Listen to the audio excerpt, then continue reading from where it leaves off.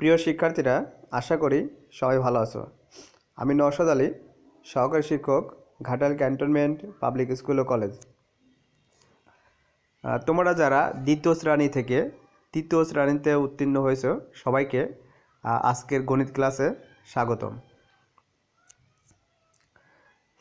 আজকের ক্লাসে আমরা প্রাথমিক গণিত বিষয়ের প্রথম অধ্যায় সংখ্যা নিয়ে আলোচনা করব। প্রাথমিক গণিত বিষয়ের প্রথম অধ্যায় সংখ্যা। তো এই প্রথম অধ্যায় সংখ্যা, এই প্রথম অধ্যায়ে প্রথমেই আমরা শিখব কিভাবে গণনা করতে হয়, যে কিভাবে সহজেই আমরা গণনা করতে পারি। তো এখানে তোমরা কি দেখতে পাচ্ছ? একটা বিশাল একটা মাঠে কি আছে? তো এখানে তোমরা দেখতে পাচ্ছ অনেকগুলো গরু, লাল, সাদা, কালো, অসংখ্য গরু। তো এই অসংখ্য গরু আছে। তো এগুলো আমরা, এই গরু, এত অসংখ্য গরু আছে, অনেকগুলো গরু আছে, এগুলোকে আমরা কিভাবে গণনা করতে পারি এবং কিভাবে সহজেই আমরা গণনা করতে পারবো। তোমরা নিশ্চয়ই দ্বিতীয় শ্রেণীতে গণনা করা শিখেছো। তো দ্বিতীয় শ্রেণীতে কীভাবে গণনা করা শিখেছি আমরা? দশকের দল গঠন করে, এই দশকের দল গঠন করে আমরা খুব সহজেই গণনা করা শিখেছি। তো চলো আমরা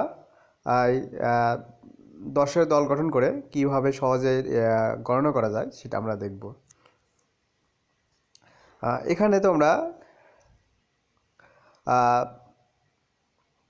দেখতে পাচ্ছ এই যে শতকের, অর্থাৎ 100 আছে কয়টা? 2টা। তাহলে কত হলো? 2টি 100, তাহলে হলো 200। এখানে হালকা হলুদ অংশে ঘরে এখানে 10 আছে কয়টা? 5টা। 10 আছে হচ্ছে 10এর দল আছে 5টা, তাহলে কত হলো? 50। এবং 1 আছে 60টি, তাহলে কি দাঁড়ালো? 100 বা 100 ঘর আছে, 100 আছে 2টা, 10 আছে 5টা, 1 আছে 60টা, তাহলে 2, 5, 7, 257। তো এখানে আমরা আরেকটা দেখব। তো এখানে দেখো 100 আছে কয়টা? 100 আছে কয়টা? এরপর দেখো মাঝখানে দেখো 10 আছে কয়টা? এরপর দেখো 1 আছে কয়টা? তো এখন আমরা জেনে নেই, 100 আছে 2টা, 200। 10 আছে 5টা, তাহলে 50। আর 1 আছে 60টা,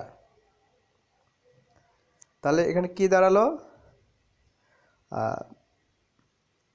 শতক আছে 2টা, 10 আছে 5টা, 1 আছে 60টা।